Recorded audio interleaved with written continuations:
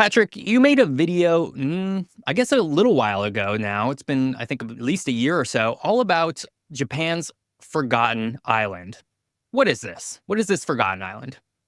Okay, so you're right. The video was released quite early on when we launched our channel, but it's about Minami Torishima, which translates as Southern Bird Island. This is probably one of Japan's most remote islands. It's just in the middle of the Pacific, really just a dot on the map.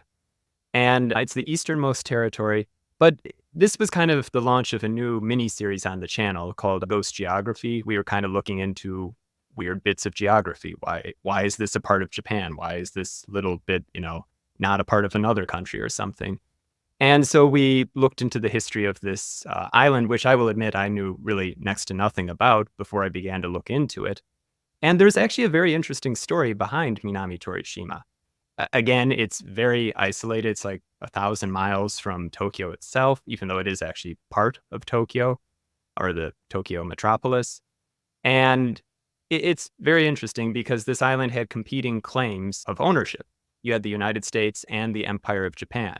The United States came in under the Guano Islands Act and was claiming this territory as uninhabited and was discovered by an American. The Japanese were disputing that claim. And things almost seemed like they were going to go to a conflict, but the issue did get resolved and the island ultimately ended up in the hands of Japan. Well, one, that's really fascinating. I watched the video. I thought it was really interesting. Before I had watched the video, I did not know that there was any sort of Japan sort of potential conflict involved with these. I'm also not surprised, upon learning that, because one, and I harp on this on my other podcast, Geography is Everything, with my co-host Hunter. Land has become so incredibly valuable because of the geographic range that it gives you within to the ocean of what's called the exclusive economic zone, right? So having that, you called it a tiny little dot in the ocean, which it is, right? A lot of islands are. But having that tiny little dot affords you sort of this big geographic area where it's now like, all right, this is your economic area for you to extract resources and fish and potentially oil and all this other stuff that countries crave for monetary purposes. And so when I saw this video, I was like, oh, I need to learn about this. I need to sort of like see what is this forgotten island? Because why would Japan have it? And as it turns out, a lot of countries own a bunch of these tiny little islands. I think the United States, the Northern Mariana Islands and Guam, not too far away from this general area, is another sort of instance of, people would think, oh, I didn't know the U.S. owns this. Why would the U.S. own these islands that basically nobody knows about aside from the people who live on them? Exactly. Anyway, yeah, fascinating subject. Listener, that video will be inside the show notes if you're listening on Apple Podcasts, or the YouTube description if you're watching here on YouTube. Go check it out. Really fun video. Welcome to Around the World with Geoff, the podcast where we explore all the places of the world, one episode at a time. And to do this, I like to bring a friend along who can help me experience the place a little bit better, somebody with that experiential knowledge. And today I'm joined by Patrick, host of the YouTube channel Ghost Countries. Patrick, how are you doing? I'm doing pretty well. I just came back from Tokyo, so that's like a 12-hour flight. Got a little bit of jet lag still, but overall, pretty good. Yeah, this actually worked out really well for recording today because I'm here in Portland. If you were still in Japan and we were trying to record this, I believe we would be about 12 hours apart. So that makes it a challenge. Yes, Luckily, you happen to be back in the States for this week, and so we were able to record on a much more beneficial timeline, I would say, for myself. Yeah, absolutely.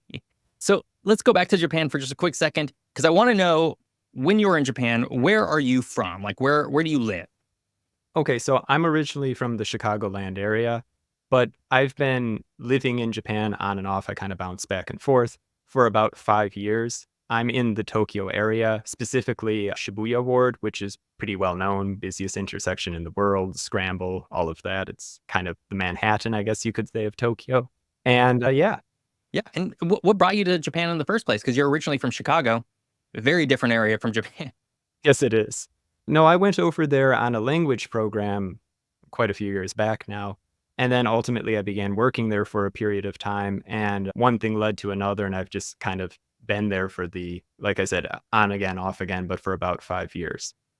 Awesome. Well, let's go ahead and tackle today's subject, which, listener, it's going to be all about Japan. I don't know how you could have missed that. If you did miss that already, we've been talking almost exclusively about Japan, and I guess a little bit about Chicago, but it's mostly Japan.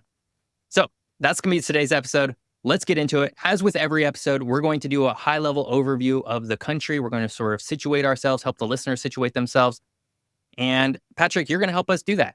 Sure. And before we dive into any of this, I do like to make this quick caveat. Patrick is here to provide his experience with Japan, or he's been there for quite a while. He's been there for a number of years. He knows a little bit about Japan and what it's like to live there. He's not here to be our expert on Japan. So he's going to help us, with some questions here and there, but nobody's perfect. And he's not a historian who has specialized in Japan. He doesn't do that. And that's totally fine. So first question for you, Patrick, as we get to this section, how would you describe where Japan is located? Sure.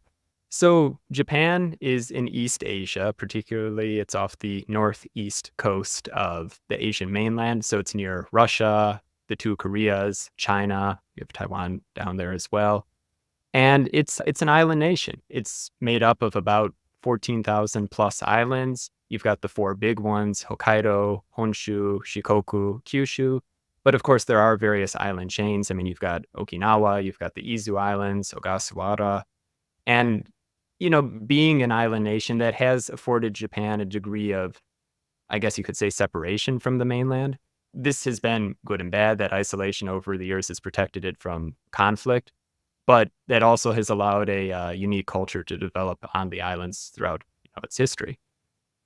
Oh, yeah. We are going to talk all about sort of a specific period where isolationism was very intentional and kind of severe in a lot of ways, right? That was very like, we are not interacting with anybody. We're going to talk about that when we get to our history section. But you geolocated Japan quite well. I would say it's an island nation. I don't think most people realize that it's not just an island nation. You mentioned all the islands, but it's an archipelago, right? There's thousands of them. I don't think most people, I would guess, if they're not at all geographically inclined, would assume that Japan is one big island. It's just sort of this big, long island, kind of looks like an inverted California if they're from the United States. It sort of sits there off the coast of Asia. I think people who are more geographically inclined know that it's made up of a few large islands, right? The big four, maybe they know of some of the smaller ones. I would argue that probably very few people know that it's made up. I think you said 14,000 islands. Yeah, give or take. Which is, I mean, when you're talking 14,000, yeah, you can literally give or take a few islands, and it's probably not going to make any difference. Actually, I think that number was increased because of a survey in 2023. Prior to that, it was somewhere around 7,000 was the estimate, but they essentially doubled the amount of islands with the recent survey. I also know, and this just popped in my head, but from a video I saw on social media, I don't know, maybe like a few months ago, that a new island has been made from some volcanic stuff that was happening sort of near Japan. Now it's like a new Japanese island. And obviously there's nothing there aside from some, I guess, molten rock. That wouldn't surprise me as it sits on the Ring of Fire. So, as you mentioned, a very volcanically active part of the world. Absolutely. Yes, very active. So this actually leads to our very first ever community question. So I am now getting questions from my community. People, I sort of make this call out to my YouTube community sort of each week now. If you have questions, you can go there, ask them about whatever specific place I might be recording next. This time it was all about Japan. So I asked my community some questions. This is the very first one, and it comes from @Idaho Fat Tire Bike Fun. And they were curious about why it seems that the island of Shikoku, which is one of the big four, is effectively ignored by popular media. Yeah, Shikoku is kind of the forgotten island over there. And I think that is because it's the smallest in terms of size, but also population of the big four in Japan. And I would also say it's just kind of like there's a bit of a gravitational force at play. When people come to Japan, they go to Tokyo, they go to Osaka, go to Kyoto. Maybe if they're a little more adventurous, they'll go skiing up in Hokkaido or check out something down in Hiroshima or Kyushu itself. But Shikoku is just kind of, left on the wayside. Part of that also, I would say, is it doesn't really have the same infrastructure that a lot of the other islands have. It's not to say there isn't a train network or transportation or hotels, lodging, things of that nature. But when you compare it to other parts of Japan, I would definitely say it's not as developed in that regard. But at the same time, I think that's part of what makes Shikoku so attractive. You can go there and kind of step outside of the box as a visitor. You can experience more of what is authentic or traditional Japan, more so than you would experience in other parts of the country. It has a very unique landscape. You really won't see some of the Iya Valley, and you can do whale watching. You can see the whirlpools in Naruto. It's a pretty interesting, unique place, but I do think a little bit of that isolation, and maybe it's not the most easy place to visit, especially as a foreign tourist, that kind of does deter more people. And for that reason, it just doesn't get the same attention that other parts of the country do.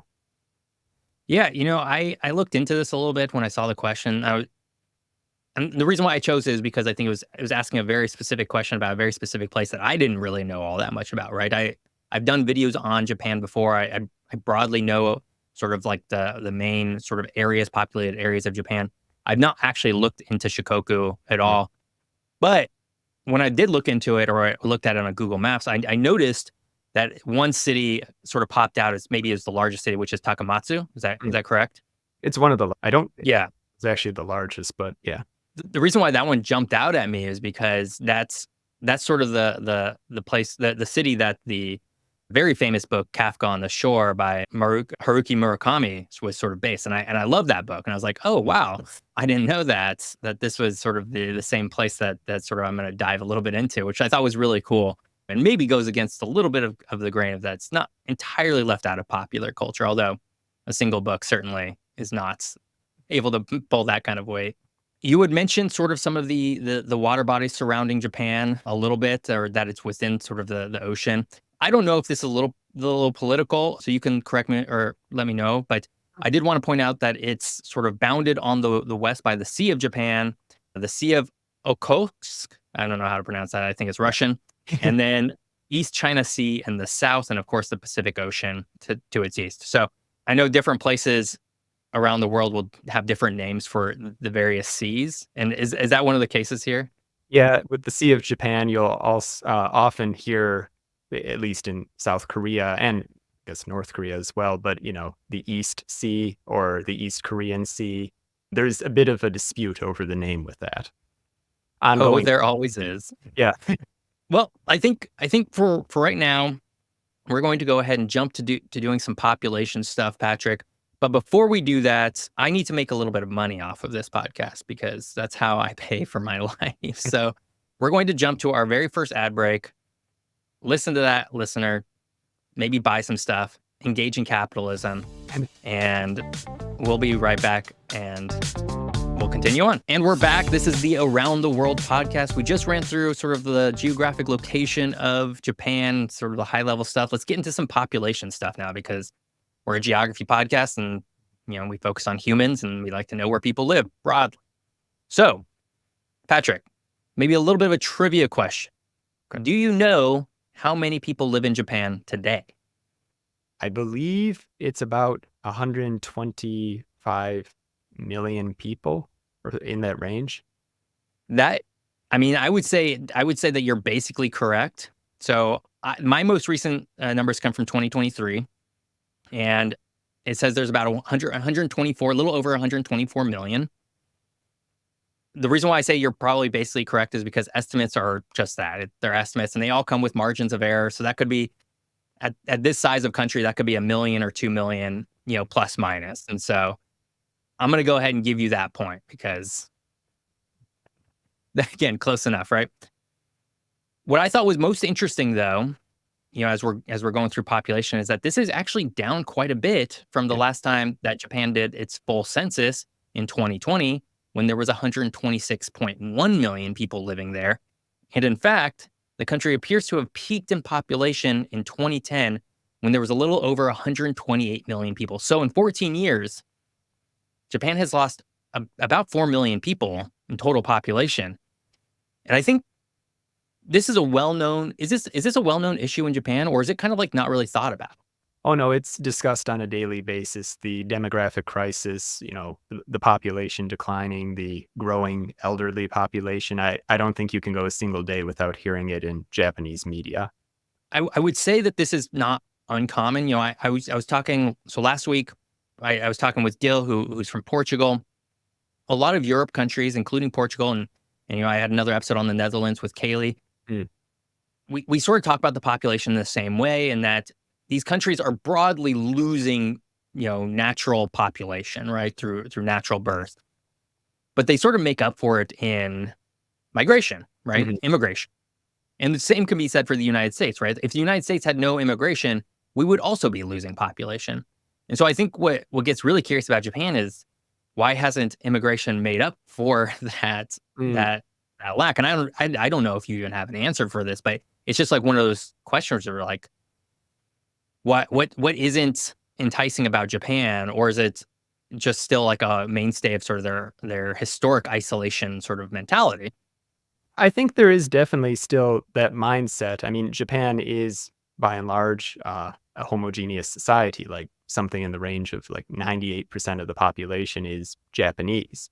And there's a lot of people who believe that the reason Japan is, relatively safe, relatively peaceful, so forth, is because it is this kind of monoculture. It is Japanese Mhm. culture. So I do think there is a bit of hesitancy to change its immigration policy and bring in a lot more immigrants because people fear that may change the Japan we know today. Well, it's interesting because I did a video not too long ago on Brazil, Mm. and Brazil seems to be, which is weird because I also talked about Brazil with last week with Gil, who's from Oh, Portugal, that makes seems to be sense. making a number of appearances. But anyways, when I was talking about, or when I was making this video about Japan, one of the most interesting connections I found was that Brazil, which would appear to outward, looking in, would appear to be one of the least, Japanese like places in the world, actually has a very sizable Japanese population. True. And it has to do with sort of like this one specific migration flow that happened a long time ago. And so now they have like a really large, I believe it's inside Sao Paulo, really Yeah. large Japan sort of population. And I remember when I was researching this, and I was looking at sort of interviews with people and sort of like what their relationship was with sort of Japan from Japan, and how even they felt like it was too hard for them to like migrate back. That they felt more Brazilian, even if Mm. they were only a single generation in, than they do Japanese. And it's like this just weird, this kind of like weird sort of holdover of, again, this, I think this isolationist period, which we're going to talk a little bit about later, but it's one of those things that definitely stands out about Japan. It's like, huh, that's interesting. A lot of places just, it's just not quite the same. Maybe it Oh, is the same with Korea or South Korea or China. I don't know, but it seems to be Japan is fairly unique in this regard. I think that's true. And the other point I was going to say earlier, but then just kind of blanked on, is I do think economic factors also do play a role to some degree. The yen is at a historic weak point right now. Mm. When you look at the attractiveness of the Japanese salary, costs of living, I'm not saying the situation is horrible compared to other countries, and it's probably enticing to many people, but there are other places that perhaps are more enticing from that perspective. If you're simply looking at, the amount of money you'll make per the amount of time you'll work. That's a great point. We actually didn't have any plans to ask you about the yen, but since you brought it up, the Sure. yen is, I mean, it's so, listener, it's the currency in Japan, the yen. And just from like, I would say just if you follow the news, world news, you're probably also following a little bit of sort of Japan's economic situation because it sort of crops up every now and then. And the yen has been sort of in a stagnation for like the last 10 or 20 years even, which is interesting because going back to the 1990s, Oh yeah. maybe in the 1980s as well, but it was all like it was like soaring high. It was, Japan's economy was so robust. Do you think that there's some sort of tie in between sort of the population and sort of the yen here? Maybe to some degree. I mean, I don't know 100% why the yen is devaluing as much as it is, but it is definitely an issue that's being discussed in Japan because Yeah. there are people who are afraid, as you said, with the demographic crisis that is ongoing in Japan, that this is only going to feed in to the economic crisis that's also occurring in the country. And just from my own personal experience, I can tell you, looking at the price of something, I don't know, back in 2018 or 2019, compared to today, the yen has, lost its value and thus the cost of things have gone up. It's inflation. And Right. it's making it harder for many people over there because the economy isn't doing that well. Now, that's not to say it's in free fall or anything like that. And in fact, this has led to some weird, maybe not weird because this trend was ongoing before the pandemic anyway, but tourism is booming over there now because many people are looking at Japan as kind of a budget friendly destination, which is always a popular destination before, but it wasn't viewed in the same sense that it is being viewed right now for a lot of foreign tourists. Japan is getting a lot of tourists these days. I have some really fun statistics we're going to get to sort of at the end of today's episode. For now, let's go ahead and move on to talking about some of the cities here. So, another sort of trivia question for you, Patrick. Sure. Can you tell me the top 5 largest cities in Japan by population? I should know this. Well, Tokyo, Osaka, Yokohama. I don't know if I'm right in my order here, but Yokohama, Nagoya.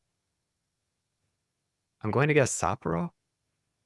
You nailed all 5 of them, Oh, which cool. I expect nothing less because you're a geography person, right? Right. When I asked Gil this last week for Portugal, I was also like, "You're a geographer. You're gonna know probably broadly what the populations are."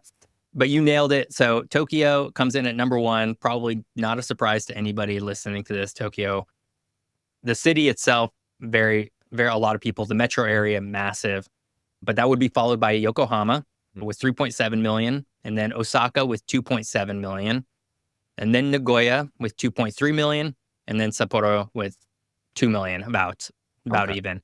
These would be different, of course, from the metropolitan population. So I think Tokyo's metro population is somewhere like 40 million people. Yeah, something like that. It's just, it's a mega city. It really is. It's a mega city, and like listener, if you're familiar with, let's say, Chicago or LA or New York, or say you're Canadian, Toronto, these are big cities in their own right.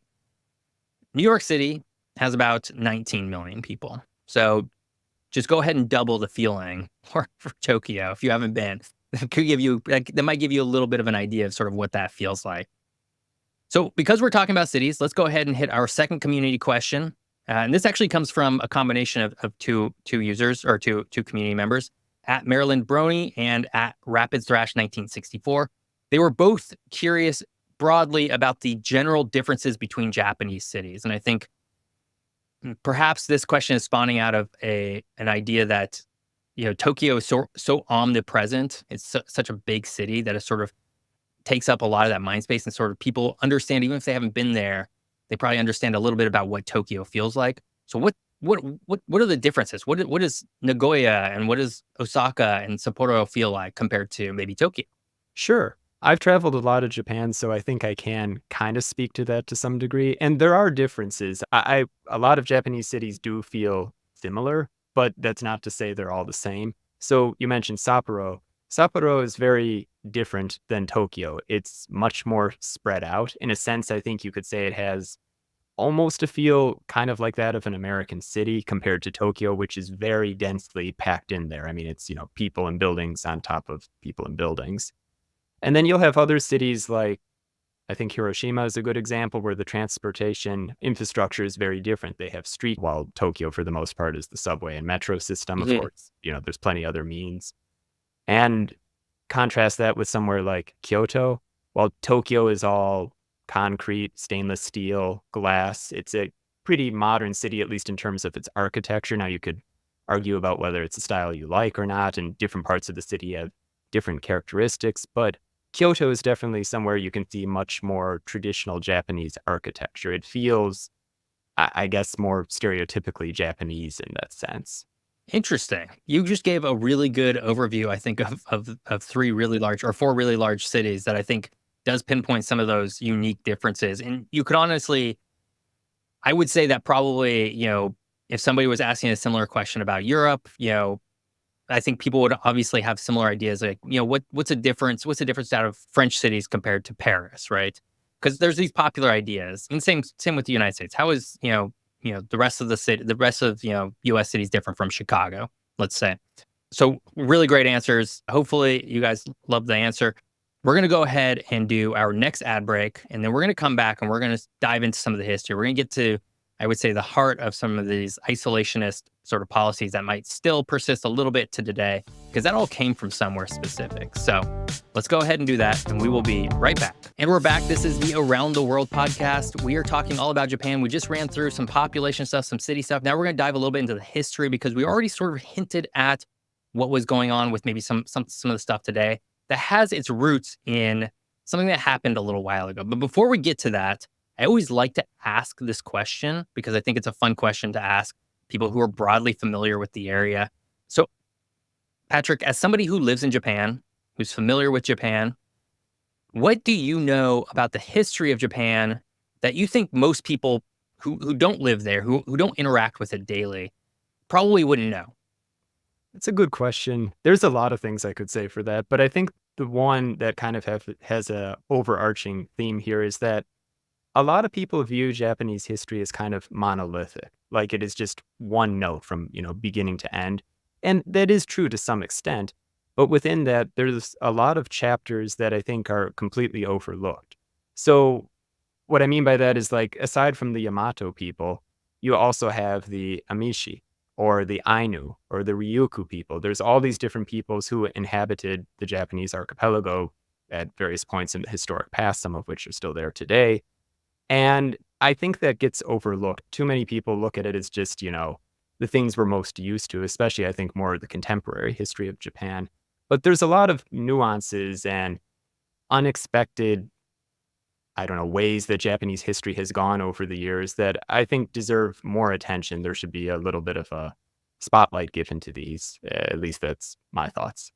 I love that answer because it's something that I talk a lot about, which is at least of a similar vein, which is the sort of other indigenous communities rather than just the dominant one, right? Mhm. So, for example, in the United States or Canada, it's like talking about sort of the indigenous tribes, tribal peoples, the Native Americans or the First Nations who were here before then, right? A lot of their history sort of gets overlooked in favor of sort of the broader United States or Canadian histories. I'm assuming some of these other, communities, these other populations that had inhabited Japan for long periods of time probably played a similar role, that they probably still exist to some degree. I don't know. But at one point or another, they fell by the wayside a little bit to the dominant Japanese culture. I'm guessing. I mean, that's a pretty common thing that happens throughout the world, really.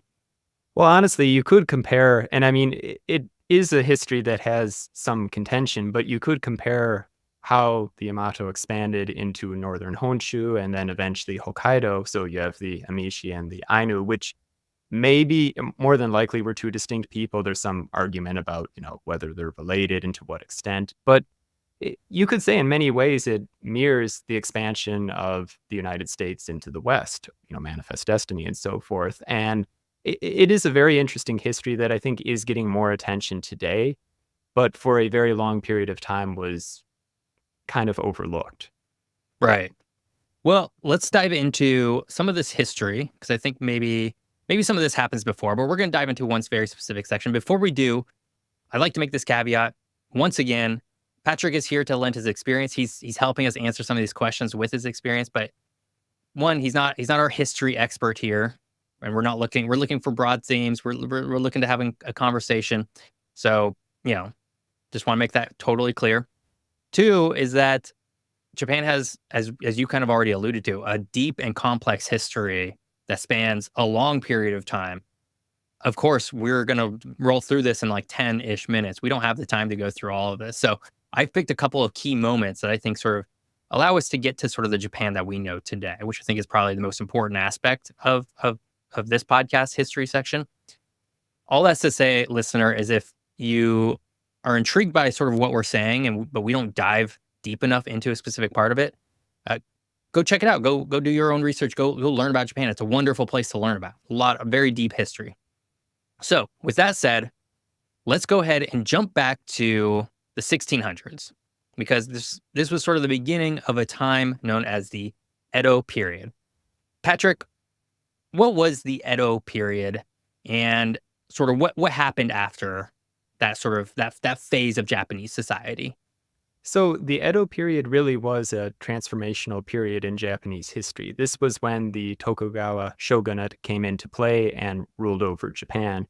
And as you kind of mentioned earlier, a lot of what we know of Japan today began during this period. This was kind of the precursor to, well, you later had the Meiji Revolution or Restoration, and this brought us the modern empire of Japan. But this was kind of the precursor to that.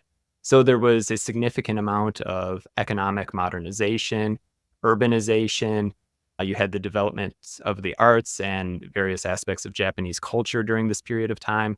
But I think one thing it's probably best known for is a very strict isolationist policy called sakoku, which roughly translates as like locked, or I've heard some say chained country. This wasn't complete isolation. There still was interaction with the outside world, but it was very, very strictly limited. So, I mean, the one that's probably most famous is you had the man-made island Dejima in Nagasaki, through which the Dutch were able to trade. Again, it was on a very tightly regulated basis, and Japanese people were not allowed outside of Japan, and vice versa.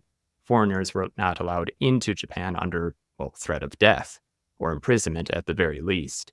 So it was a unique period of time that ultimately came to an end with another very transformational period in Japanese history. What fascinates me so much about this period of time, this Edo period, is that Japan is kind of doing two things that you would seem that they were at odds with each other, right? So on one hand, during this Edo period, it is modernizing, it is industrializing eventually, because this period goes from 1603 to 1860-ish. I think 68 is what I have here, but I think, there's probably some wiggle room there. So it's industrializing, it's urbanizing, as you had mentioned already.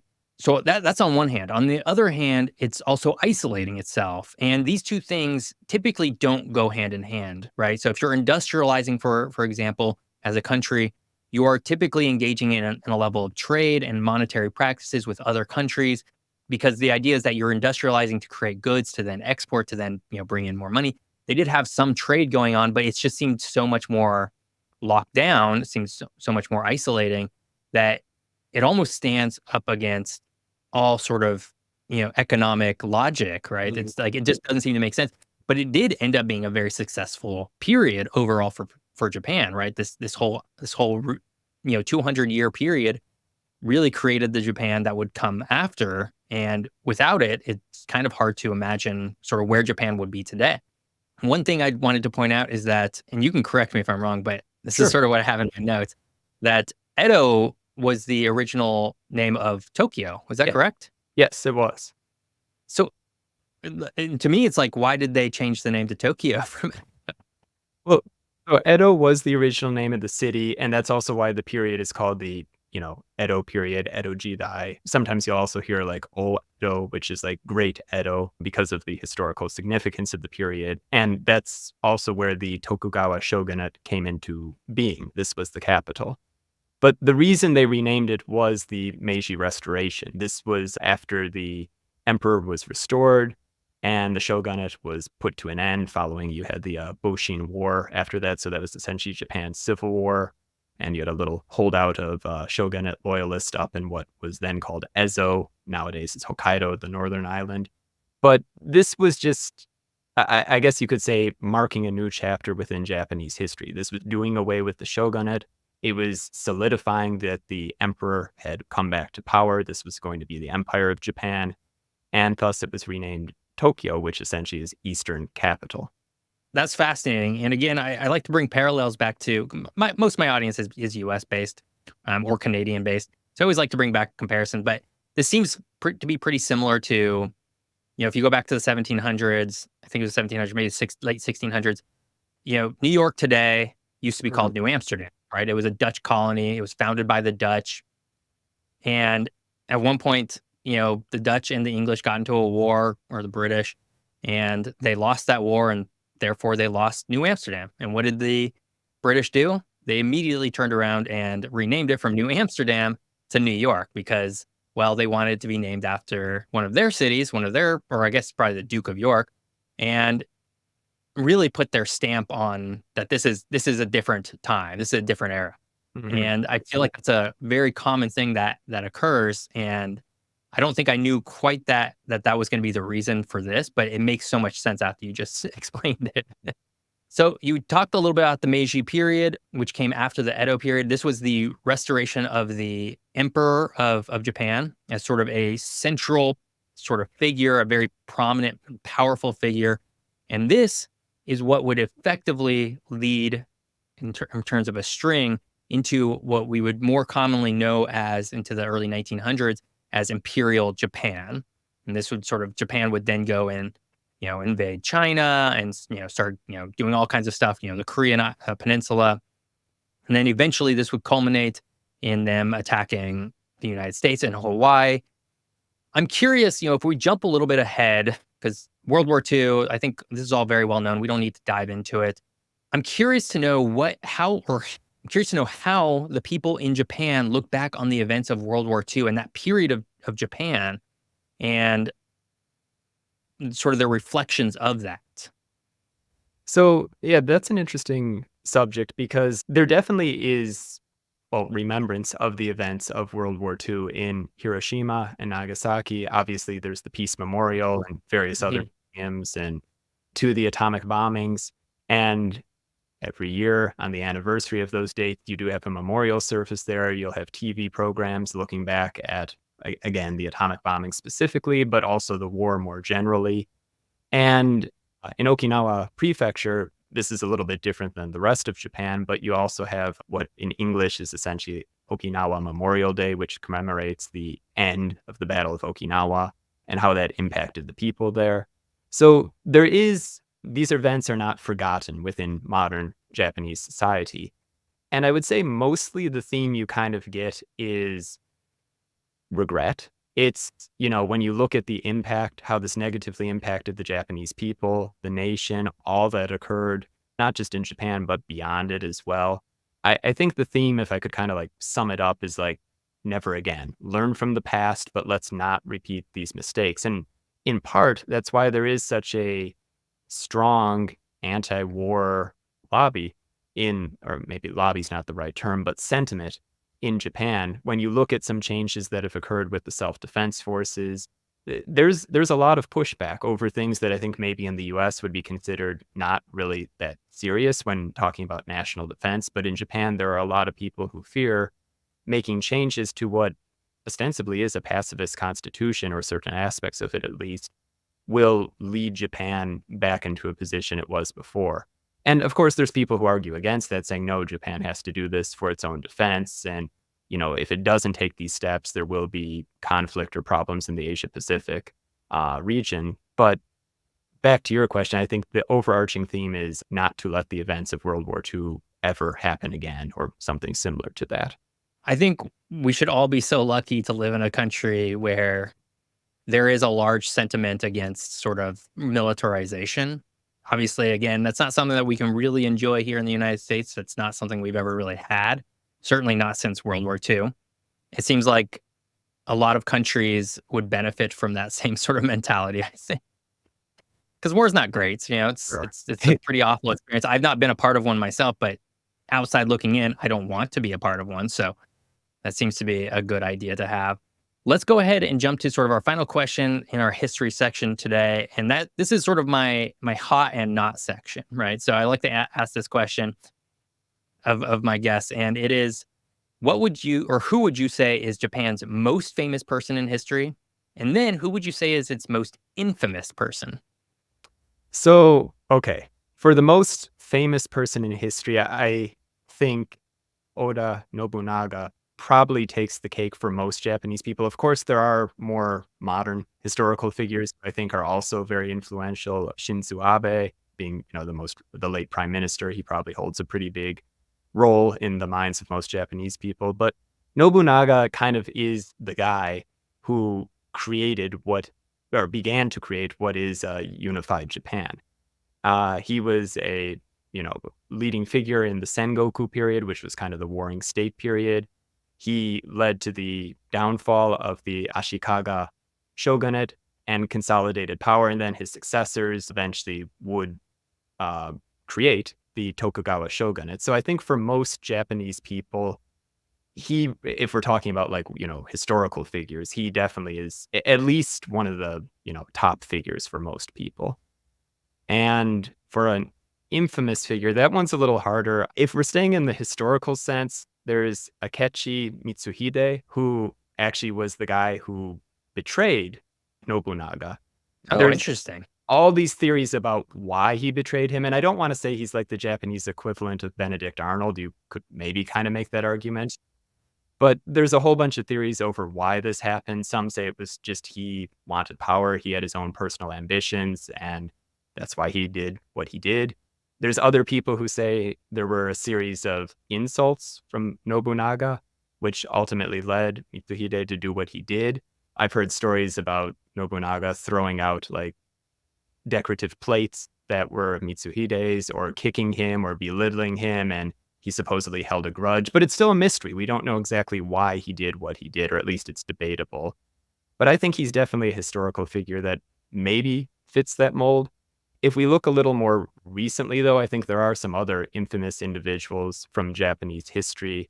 You have Shiro Ishii, who was in charge of 731, which was the chemical and biological weapons program over in Manchuria during World War II. I think he's definitely an infamous figure. And then you also have Shoko Asahara, who was the cult leader for Shinrikyo, which was that kind of new age spiritual cult that did the sarin nerve gas attack in Tokyo during the 1990s. He was actually executed along with some other top leaders of the cult somewhat recently in Japan. And I think he definitely is someone that most Japanese people would look back and consider a rather, infamous individual. So those were three really good examples of infamous people, because you had the Benedict Arnold comparison, which maybe is apt, maybe is not. I don't know. It seemed apt to me. But then you also had, to conclude us with, something that I remember hearing about, and I was pretty young at that point, but which was the sarin nerve gas, the terrorist attack in Tokyo. And I actually didn't really know who caused that and sort of what became of them. And so that was really fascinating to learn. And I think that's, again, I love the comparison between sort of the older infamous history people and sort of the more modern infamous people. Well, let's go ahead and do this. Let's do our very final ad break, Patrick. Sure. We're going to make some money. We're going to do some economy. We're going to do some capitalism. We're going to come back and we're going to get to our physical geography section. And then we're going to end in sort of like our tourist, and you get to play tour guide and tell people where they should visit, because everybody seems to be going to Japan today. So that should be really fun for everybody. So we're going to do that, and we'll be right back. And we're back. This is the Around the World podcast. We're talking all about Japan. We just ran through a bunch of history. Now we're going to get to the physical geography. What's actually on Japan, because it's quite complicated, I assure you. So, high level question, Patrick, as we get into this section, can you tell us a little bit about the landscape or physical features from where you live in Japan? Yeah. So Tokyo is dominated by the urban landscape. It's just a sea of buildings. But that all being said, you can still get kind of a feel for the natural geography of the area. Tokyo is in a coastal plain, so it's a relatively flat landscape. There's a series of rivers that feed into Tokyo Bay, which is kind of enclosed by two peninsulas, the bigger one being the Boso Peninsula, Chiba Prefecture. And it's an interesting landscape because it really is surrounded by the much more mountainous region. If you go up in the Tokyo Skytree, you can actually get on a clear day, you can get a view of Mount Fuji and some of the surrounding areas.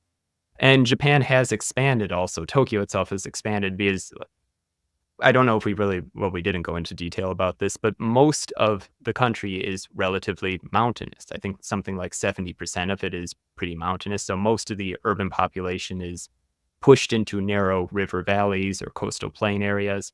So Tokyo has actually done a series of projects over decades, centuries, of reclaiming land in Tokyo Bay. So you have a series of man-made islands and various other structures. And it's kind of neat if you ever look at a satellite image, maybe on Google Maps or something, you can kind of see the more irregular natural features and then the much more uniform man-made features in the area. That sounds very Dutch, if I'm being Yeah. honest, That's reclaiming kind of land. Well, you already hit on some things that we're going to talk a little bit about, especially that Japan is nothing if not geographically very complex in terms of its physical geography.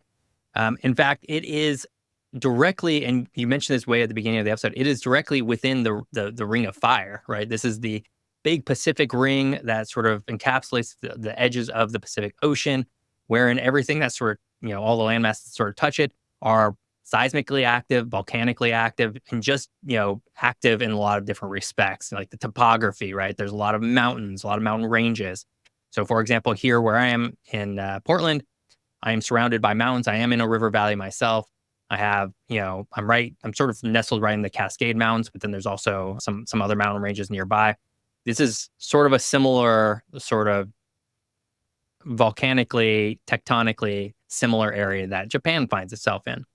Japan, I would say, in terms of its physical geography, is probably mostly known for its shaky tendencies, to say the very least. So let's talk a little bit about something that happened in 2011, and that is the megathrust 9.0 earthquake that sort of struck off the coast of Sendai, and it lasted approximately 6 minutes and caused a pretty large tsunami. I think you can go and find some very well documented images from a lot of different sources and sort of see just the pure destructive nature of it. And this is also something that is, as far as my notes say, is something that's referred to within Japan as the Great East Japan Earthquake. Mm-hmm. So as somebody who's from Japan, what was the experience like, and what do people still hold on to from that moment of earthquake history? Sure. So I can say this much. I was not in Japan when the 2011 earthquake and tsunami happened, but I know many people who were in Japan at the time. And even as far away from the epicenter as Tokyo was, still, like you said, you can go online and look at the video and images, and it was a very significant event. The city came to a complete standstill. Everyone I've talked to said it was the worst earthquake they experienced in their lives, as far away as Tokyo. And it still does hold a grip on Japanese memory. There's a series of memorial services, primarily in the regions that were most affected by it. But throughout the entire country, you'll see people with like shirts in remembrance of it or various other clothing or, lapel pins and stuff like that. Mhm. And usually there's some type of, I guess you could say in a way, similar to like 9/11, you'll have a lot of historical or documentary programs come on television interviewing survivors, looking at various stories of survival. So it still is not something that is gone from Japanese collective memory. It is still something that is very actively remembered. And I think every time there is a big earthquake, a lot of people do fear, is this going to be a repeat? And Japan is much Right. more prepared nowadays, and I think more people are active in taking steps so that they can weather a situation like this better. But still, there's only so much you can do, at least in certain parts of the country. Japan has to be the most well prepared country in the world in terms of earthquakes. For one, there's a lot of them that hit Japan. It seems frequently, right? We talk a lot, about sort of the San Andreas fault line in California and sort of the seismically active sort of this area of California. The reality is that California is not that seismically active, at least not compared to some other regions, such as Japan, right? Something I personally can speak to is in Japan, or in Tokyo at least, there's essentially an emergency preparedness center. You can kind of think of it like a disaster museum, if you want to call it that. And you can go there, it's free, and go through a series of courses to prepare for certain disasters, such as in a fire in an apartment building or flooding in an urban center or even an earthquake. And when I was there, they actually have like little simulations they'll put you through. So like a room with smoke or a flooded chamber or the earthquake room, you actually can go and this simulator can shake the floor and simulate various earthquakes from Japanese history. And I don't remember the specific one I did, but I've never experienced a magnitude this high in real life. But if I did, from what I experienced there, it's just like when that happens, like everything is, it's just complete chaos because the floor isn't just shaking, it's going up and down, left and right. It's a very surreal experience. Yeah, so here in Portland, we're supposed to get so that we're pretty close to the Cascadia subduction zone, which means a plate that's subducting underneath another plate. So it's the Pacific plate and the Juan de Fuca plate. At some point, it's supposed to rip, right? It's supposed to like tear, and it's off the coast. And when it does, they're anticipating it'll be somewhere in the mid 9.0s, Oh, wow. and it'll shake for 6 to 10 minutes, and it'll be violent, and it'll be everything like that. And certainly the coastal towns in Oregon and Washington, but also Seattle and Portland are going to be sort of a disaster area. And so I have never experienced that kind of earthquake before, and I hope I don't ever have to, but it's a very real thing that could hit Portland really at any time at this point. Oh, yeah. Very scary.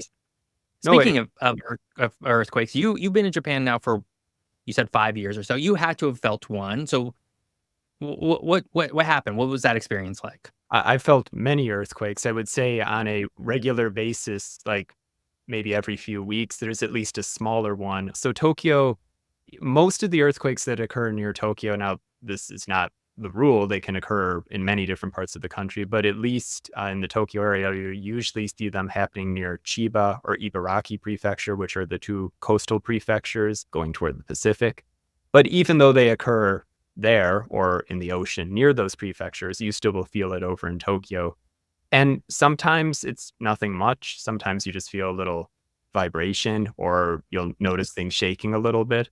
But then other times it is more significant. And I've kind of gotten used to it to some degree, but still, if your little earthquake alert app goes off, it's only gone off 2 times for me where it's actually said, like prepare for shaking, take cover. It's still Yeah. kind of a creepy experience, but the largest one I've experienced to date was somewhat recently. There was the earthquake on New Year's Day in the Noto Peninsula. Now, that didn't hit Tokyo very significantly. It was on the other side of Japan, toward the Sea of Japan and that peninsula over there. But still, we could notice like light fixtures shaking. You could see things moving. And of course, all the alerts on the phone, the TV, everything went off at that point. And at least with the people I was with, everybody was very fearful that this was going to be 2011 all over again, just in a different part of the country. Because in that region, there's also a very large nuclear reactor, which at the time was not operational. But people fearful, is this not just going to be 2011, but are we going to have a Fukushima Daiichi and all this other stuff that didn't come to be? Thankfully, but still, it was one of the most destructive quakes in quite a long time, and a lot of people lost their lives. And the region is still recovering, in part because it's very remote, but also to what we talked about earlier. A lot of people in that region are pretty elderly. That's not a very, you could say, vibrant region in terms of a lot of young people moving out there or out there. So that has kind of had a hand in rebuilding and also rescue and everything that occurred. Well, let's turn our attention to something that's maybe related. We're gonna get away from earthquakes a little bit, but there's definitely some ties into here. Let's talk a little about some of the mountain stuff that happens in Japan. So, little trivia question for you, Patrick. Do you know what the tallest mountain in Japan is? Oh, that's actually an easy one. That's Fuji. It is an easy one. Yeah, I was like, I don't think it's really going to stump Patrick at all. The tallest mountain in Japan is Mount Fuji. It's standing at a robust 12,388 feet. And I would argue, Patrick, that Mount Fuji is not only the tallest mountain in Japan. It's not even an argument, it's a fact.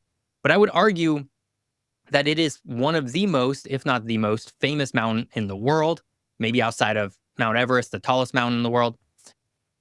And this has a lot to do with sort of the cultural sort of ties that I think Japan has been able to export, such as things like video games and anime and film and all this kind of stuff, these very iconic things that Mount Fuji has always been sort of a centerpiece for Japan. But all that's to say is Mount Fuji is one of Japan's 3 holy mountains, along with, and I might mispronounce this. I'm probably going to mispronounce this, but Mount Tate. Maybe. Is that correct? Mount Tate, Tate. Tate. Okay, yeah, no, that's more or less on point. Yeah. Then Mount Haku, which maybe is, maybe I got it right. I swear I mispronounce everything, and that's totally fine. But Mount Fuji is listed in the UNESCO World Heritage Sites. It's listed with Japan as a major cultural site. But it's also an active volcano. Yeah. And the reason why I want to point this out is because here inside the United States, we had a mountain that at one point was called the American Mount Fuji. And it was called that because Mount Fuji has a very particular shape and that it's very conal and it looks very sort of pristine and very sort of geometrically satisfying to a degree. It's like very sort of like, Hmm. if you were to draw an emoji of a mountain, it kind of looks like that, right? And we had that. And it was called Mount St. Helens. Now, Mount St. Helens very famously erupted in 1980, and now it no longer looks like that at all. And so the sort of tie back into sort of our earthquake conversation is that Mount Fuji is an active volcano, Yeah. and it could and will at some point erupt. And in fact, during the 2011 earthquake, there was a lot of people who were worried that it was going to erupt. So I think my question to you, Patrick, is that something that people talk about whenever there is an earthquake? Like, oh, is this going to trigger Mount Fuji?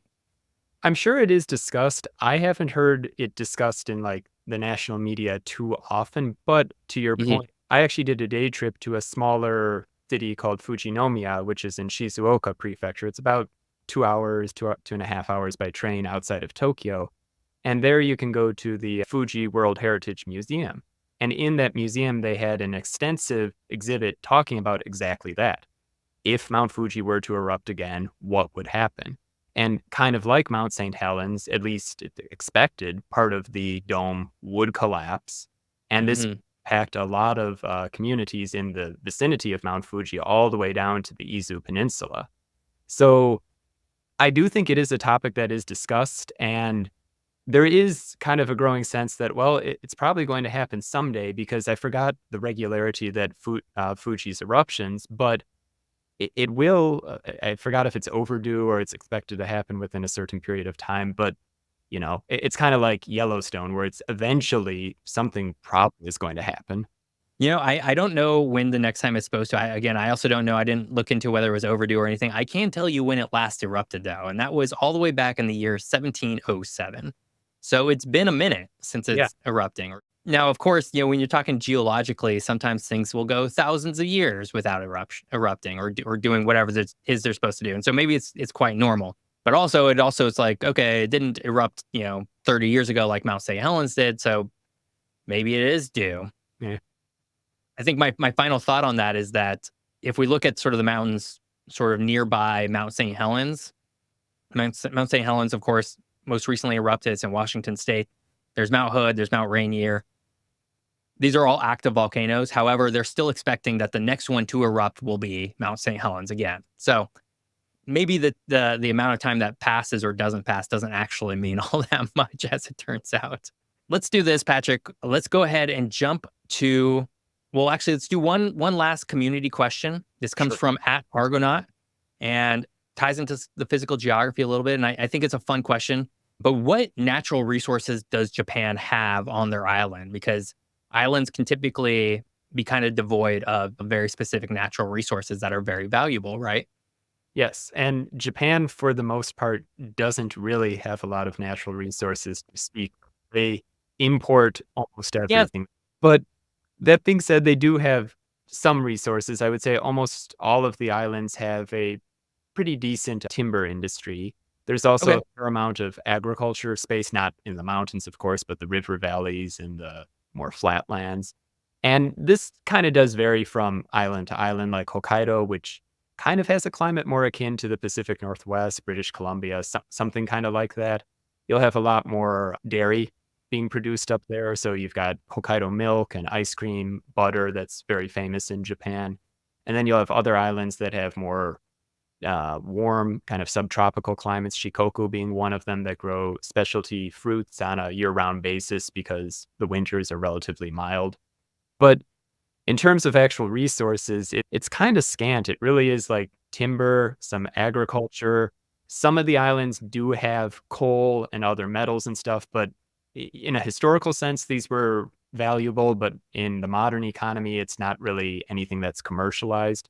But actually, a weird tie in, if you don't mind me putting this out there, but the very first thing we discussed, Minami Torishima, that island has a very sizable, I think it's like 200 million tons or something like that of rare earth elements. Now, it's not on the island, it's in the sea. Oh, yeah. And these have not been extracted yet. There's, feasibility studies, this, that, and the other. But if that were to become commercially viable, and it's going to take a lot of work to make it viable, but if that were to happen, that could change this whole discussion we're having, maybe 10, 20, 30 years in the future. Who knows? But Japan could be one of the REE exporters of the world, maybe.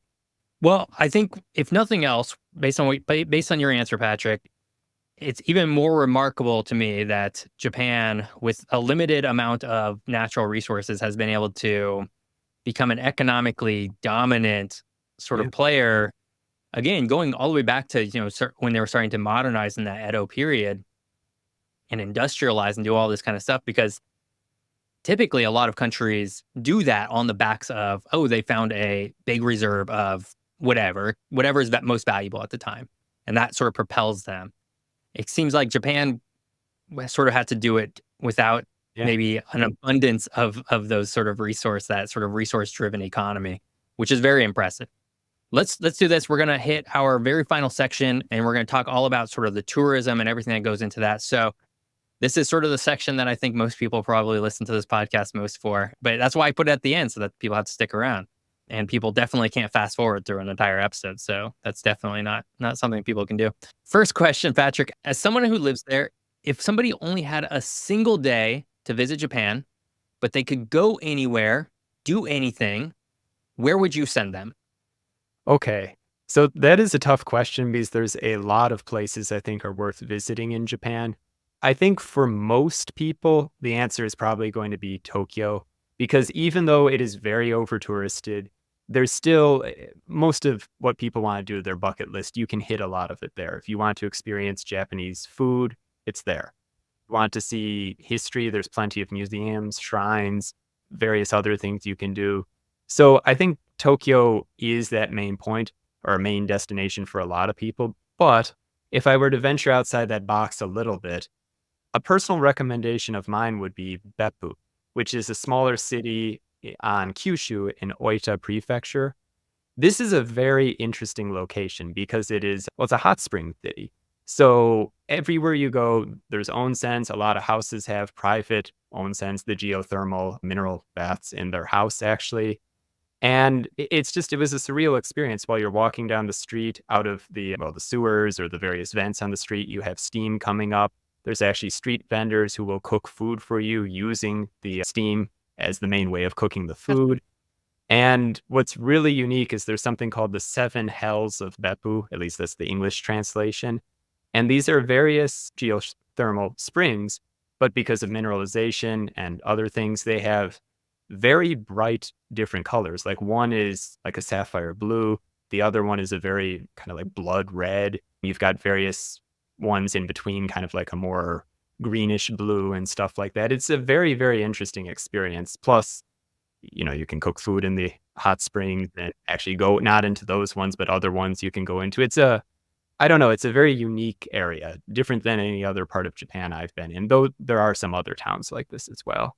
So we're gonna get into some statistics. I love the recommendation for this steam town, this city with steam sort of rising. It gives this sort of like an air of like steampunk a little bit, like people are Kind of cooking with it. Very cool. Let's jump into some statistics because I think this is very fun. So as of June 2024, which I find absolutely amazing that I can get statistics this recent. This is not usually the case, but apparently Japan has a whole government sort of run tourism statistics website with very up-to-date information. So as of June 2024, just in this year, so from January to June, Japan has received a total of 17.8 million international visitors so far this year. That is a lot of tourists for off-peak season. Yeah. So I did a podcast episode on my other podcast, Geography is Everything, where we covered the idea of summer vacation. And you can look at the tourism statistics of almost any country, and you can see that almost all of them spike between July, August, and September. Right? That's sort of when the most amount of tourists are flooding into any given area. Makes sense, certainly for those of us in the United States, it's like kids are out of school, XYZ. All that's to say is Japan hitting 17.8 million in the first 6 months, very impressive. It might even within these next 3 months, it might even double that amount. And so, again, there's a wave coming to Japan, which I don't think I think that has made the rounds. And you hinted at sort of a reason for that earlier in this episode, which is that the yen is relatively weak right now. And therefore, it's kind of a budget, quote unquote, budget sort of travel destination. How true that is, I don't know. This would be about 50% more than in 2023, though I think in 2023 there were still COVID restrictions around entering. So that sort of paints a different sort of light in it. If you had to take a guess, Patrick, where would you say most of Japan's international tourists come from? I would guess, and this is just my experience, that a lot are coming from either the United States or Australia. Those are the two main, but I don't know. Well, so I have a top 5 list here. And again, this is coming from the Japanese statistics website, tourist statistics. The most amount of tourists have come from South Korea That at around, yeah. yeah, it kind of makes sense, right? And this is kind of what you find. It's like, okay, the nearest neighbors are always going to be sort of the most. When I talked with Gil about Portugal last week, it was, the most amount of tourists coming to Portugal were from Spain, as it turns out. Shocking, right? So South Korea, probably not that big of a surprise. Geographically very close. The next one would then be China. Yeah. Again, that's also like a really large population with like an economy that's sort of like rising. So people have more wealth. And then number 3 is Taiwan. And so those, again, if you're looking at a map of Japan, aside from Russia and North Korea, it really is Taiwan, China, and South Korea that are closest geographically. So again, this all makes sense. But the United States would come in fourth. And so I don't think your initial sort of idea was wrong. You're like, this is sort of my experience, because a lot of Americans do tend to fly over to Japan for a vacation, which I thought was interesting and maybe a little unexpected, just because if my personal sort of anecdotal experience with sort of friends and family who go traveling, they typically go to Europe or down to Australia. But it seems like Japan is getting a lot more U.S. tourism these days. Just to round us out here, which I also thought was a little bit of an interesting geographic or geopolitical point, is that number 5 would be Hong Kong. Just the city of Hong Kong, which I thought was interesting because Japan is still breaking Hong Kong out from China. And yes, they kind of are still a little separate, but increasingly less so. And so it's like, at what point do you just say, okay, Hong Kong is now just a city in China? It's not like you're saying how many people are come from Beijing or Shanghai. And I don't know when that point is, but Japan is still separating them out for right now. What's the year? Is that 2047 when that happens? I guess so, yeah. I guess technically, 2047 is when that's supposed to happen. But it's like, especially after what has happened recently, it's like, how true is that today, True. Apparently, Tokyo is the most visited city within Japan, probably to no surprise by you, with about 52.9% of all international visitors. This is followed by Osaka, and then Chiba Prefecture, which I guess is that peninsula just to the east, right? And then Kyoto, and then Fukuoka Prefecture, which I'm not familiar with. Where's that? Fukuoka, actually, that's probably one of my favorite cities outside of Tokyo itself. That's on the island of Kyushu. And I think the reason it's on the side facing toward South Korea, and I think the reason Fukuoka is such a nice city or place to visit is it's kind of like Tokyo, but way less over-touristed or overcrowded. So you get the positive aspects of the city. It's a very good point to launch off and do some other adventures elsewhere in Kyushu. If you want to go to Nagasaki or Oita, Kagoshima, Kumamoto, you can easily take the train. And if you are feeling more adventurous, you could always go to Tsushima, that island between South Korea and Kyushu itself. And you could also take the ferry over to Busan, South Korea. So it's a very connected city. It's got a lot of interesting things to do, really good food scene. So yeah, I think it's a really nice city. I do wonder, because I'm looking at a map. I have Google Maps in front of me right now, and I'm looking at sort of its geographic location. It is on that sort of far southern sort of island. And it is very close to you. You'd already mentioned Busan. It's very close to South Korea, and I wonder if that's also one of the reasons why it's most one of the most visited cities within the country is because of that geographic location. Did you say there was a ferry that you can take? Oh yeah, there's ferries you can take from there and some other ports directly to Busan and maybe some other ports in South Korea as well.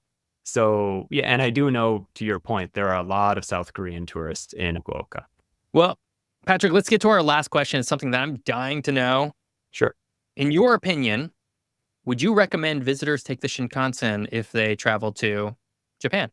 Yes, definitely. It's a unique experience. I've ridden it many times now, so it has kind of lost that, you know, yeah, the magic is a little bit gone, but still, for a first-time visitor, 100% I would recommend it. It's kind of like being on a plane, but you're in a train. It's a very unique experience to see it, zipping through the countryside, and it really does zip through the countryside. The first time you're on it, you kind of take note of the speed, how quick you're actually going, and it's very different than trains in the United States, that's for sure. Plus, very clean. There's food service. The whole eki bento, buying the little bento box in the train station is kind of a pop culture thing within itself, and they have some that are shaped like the trains you're actually riding. So it's a fun experience. I would say if you're going anywhere near, from one of the other major cities and you can work it in, definitely ride the Shinkansen. I have ridden a train in the United States. So there's a train that connects Portland up to Seattle. It's actually not that bad of a service. It's like 3.5 hours door to door. But it's very like clanky and sort of like, rickety and just sort of like it's fine. Like it's comfortable. It's actually a little bit easier than flying or driving.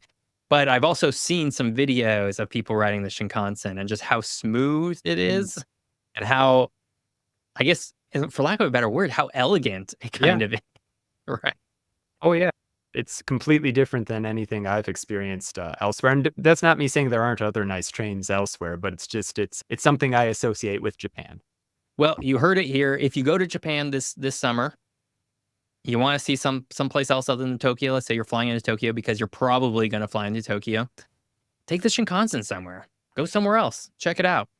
Highly recommended by our very own Patrick. Patrick, this has been very wonderful exploring Japan with you. I very appreciate sort of your insights, sort of your experience that you could sort of lend to today's episode.